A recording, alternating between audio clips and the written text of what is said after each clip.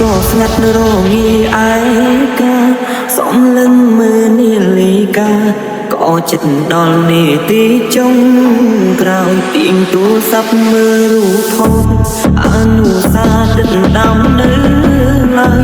ពុំយើងបែកគ្នាហើយសល់ត្រឹមថាចង់ចាំ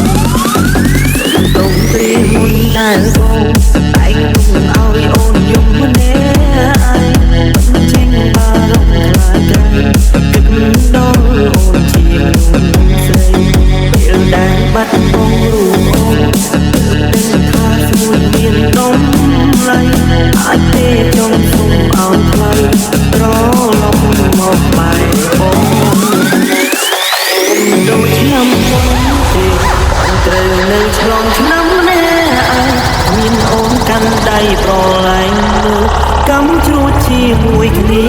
ឡើង